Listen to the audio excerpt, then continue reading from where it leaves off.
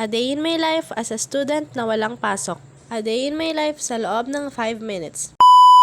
8:30 pa nga lang ay gising na ako at pagising ko nga nag-almusal na din naman ako. Napuyat nga ako dyan kagabi dahil sa ginawa kong hack na kape. Nakadalawang timpla ako ng kape kaya 2 AM na ako nakatulog. Adobong baboy nga pala yung ulam namin pero parang adobong bubble gum sa kunat. Ayaw na ipakain eh. After ko naman kumain ay hinugasan ko naman tong bottle ko. Ngayon nga lang to kasi naka-video pero tamad talaga ako maghugas neto. Kaya nga kapag may iinom dito na kaibigan ko ay hindi ko pinapainom. Nakakatamad din naman magdala neto kapag aalis kaso ay kailangan talaga. After naman yan pupunta naman kami dito kasi mag-exercise dapat ako. Kaso nung tinignan ko ay mainit na pala. Mga 9 AM na kasi ng mga oras na yan. Pinala ko talaga kinagabihan pa lang nagigising ako ng maaga para mag-exercise. Kaso nga ay napuyat ako. 30 minutes lang naman ako mag-exercise. Minsan na nga lang kasi tinatamad ako. Mas gusto ko pa din talaga ang mga outdoor activities kagaya ng pagbabike or jogging. Try na din pala kami mag-gym pero isang beses lang. Pero ngayong bakasyon nga ay pinag-iisipan ko ulit na mag-exercise at magpapayat. Baka daw kasi hindi na magkasya yung uniform mainit ko. Mainit nga dito pero may lilum naman dito banda sa may puno. Kasama ko nga pala itong mga kapatid ko kasi kukuha daw sila ng tapos mangga. Na nga ngayon yung season ng mangga kaya inaaraw-araw na namin yung pagkuha dito. Mga hinog na rin naman kasi lahat. Hanggang 12 naman ay kumain na kami ng tanghalian. Tinapa pala yung ulam namin. Machi-machi with toyo na may kamatis at sibuyas. Nasasarapan talaga ako sa sibuyas na hilaw. Naisipan ko nga rin pala gumawa nitong parang pastillas pero malapot. Super sarap nga din yan lalo na kapag mahilig ka sa matamis. Pinapatulog ko nga tong kapatid ko kaso ay ayaw kaya sabi ko kutuhan yun na lang ako. Yan sa akin kaya wala siyang magagawa. At ng alas 3 naman ay naisipan ko ng maligo. Sobrang init pa nga din ngayon. Yung tipong kakaligo mo lang pawisan ka na kaagad. Minsan-minsan na nga lang ako nagsusuklay kasi nakakatamad talaga. Gusto ko na nga rin magpagupit dahil sobrang init kaso naisipan ko ay mahirap magpahaba ng buhok. Tapos ko ay naisipan naman namin na umakyat na ulit kasi hindi naman na mainit. Dito tumambay kasi mahangin. Sama ko na naman pala yung mga kapatid ko kasi kukuha daw sila ulit ng mangga. Pinakuha ko na nga din sila ng asin at kutsilyo. Mga veterans na ngayon dyan umakyat baba kaya malalakas ng loob. Marunong din naman pala ang mga yan umakyat ng puno. Marunong din naman ako umakyat kaso mababa lang. Madali lang naman kasing umakyat. Nahihirapan lang ako sa pababa. Halos tabi-tabi pala yung mga mangga dito sa kalsada. Binalatan ko na nga din yung mga mangga na kinuha nila. Mabuti nga dito sa province ay kinukuha lang yung mga ganito. Sa ibang lugar kasi na walang mga puno ay binibili pa yung mga ganito. Mahal pa yun tapos hindi pa maganda yung quality. Maliliit na parang pinilit lang mahinog. Pagkakasimula pa lang ng season ng mangga ay mahal din naman yan dito sa amin. Medyo matagal-tagal pala tong part na to kaya sana wag kayong maumay. Ikikwento pala ako sa inyo. Dito kasi sa amin kahit hindi pa hinog yung mga mangga ay binabato na ng mga bata. Kaya kapag nakikita namin ay sinasaway namin. At dahil nga makukulit yung mga bata dito, binabato nila yung mangga kapag gabi na para walang makakakita. Yung iba naman inaakyat talaga. Tapos lap trip kasi one time nagpunta dito yung mga bata kinaumagahan kasi kukunin daw yung tsinelas na nakasabit. Yung pala nakasabit daw yung tsinelas sa puno ng mangga kasi pinangbato nila sa mangga nung gabi. Lap trip nga kasi nag-iwan pa ng ebidensya. Pwede naman kunin kapag hinog na, masasayang lang kasi kapag hilaw pa. Meron din kami nabalitaan sa iba na may mga dala daw sako tapos kumukuha ng mangga kapag gabi tapos binebenta nila. Lala ko nagbebenta din naman ako niya ng elementary pati mga candies. Andito din pala si Balat yung pinsan niya. Mag-swimming nga pala kami ng araw na yan kaso ay hindi ako pinayag. Sakto na sana kasi mainit ang panahon kaso hindi pa ako pinayagan. Pero okay lang yan, next time na lang ulit. Kinagabihan naman ay kumain na din ako. Wala naman masyadong ganap sa araw ko kapag hindi ako umaalis. Sobrang nakakaboring lalo pa sa katulad ko na lakwatsera. Yun nga hindi na ako masyado lumalabas. Dati kasi umaga pa lang ay nasa kapitbahay na ako. Kilakayit dun sa pinsan namin. Lalo pa nung pandemic. Minsan na nga lang din siya kasi pumunta dito. Dati kasi ay araw-araw. Nagtitinda pa nga kami nun ng mga merienda. Medyo nakakamiss nga din yung mga time na yun. Kung ano-ano na nga lang ginagawa kong content kasi wala akong maisip. Kaya naman mag-comment nga kayo ng pwede pa nating gawin. Bihira naman na ngayon may pasok kaya wala na talaga akong pwedeng mai-content. Kagaya na tong mini vlog na to, nagdadalawang isip ako kung ipopost ko ba to. Kasi maumay na kayo sa pagmumukha ko. Kaya nyo na manood na lang kayo kasi mahirap mag-isip ng content. Bukod dyan, mahirap din mag-edit lalo na sa part na magbo-voice over. Nakakalutang kasi at nauubusan ng mga sasabihin. By the way guys, alam nyo ba talaga na mahilig na ako mag-vlog? Dati pa nga lang ay nagva-vlog na talaga ako sa YouTube. Panahon pa ngayon ng pandemic nang maisipan ko. Siguro sa sobrang boring. Mga video ko doon ay dinilit ko naman Itinigil ko na kasi nung mga panahon na mag-face to face. Kaya nababawasan din yung subscribers kapag hindi nag-upload. Pero ngayon ay nagpo-post na ulit ako doon. Ito nga yung mga bago kong anyways, vlog. Kumain na muna pala ako and after ko kumain, naghilamos and toothbrush naman ako and nag-skincare na din. Ganito nga lang yung routine ko sa araw-araw. Wala naman masyadong habang in-edit ko pala to ay sobrang sakit ng ulo ko. Madalas pala sumasakit yung ulo ko lalo na kapag mainit. Share ko lang. Nagkaroon nga ako doon ng 500 plus subscribers lang sa YouTube. Pero masipag ako mag-upload. Nag-enjoy din naman ako lalo na sa pag-edit. Totoo lang, mas maganda pa nga yung edit ko noon kaysa sa edit ngayon. Mahilig kasi ako pag-explore. Yung mga content ko pala noon ay about sa pagluluto. Mahilig talaga kasi ako magluto at gumaya ng mga napapanood ko sa YouTube. Ang saya lang na nag-experiment na mga luto-luto pero nakakain naman, hindi nasasayang. Tapos ko pala kumain, ginawa ko naman yung kailangan naming picturean at ipasa. Baka kasi naman sabihan ako na puro vlog tapos hindi nagpapasa. Yan lang naman ang ganap ko for today and dito ko natatapusin ang aking vlog. Kung nakaabot ka dito sa last part, thank you so much for watching. See you on my next mini vlog.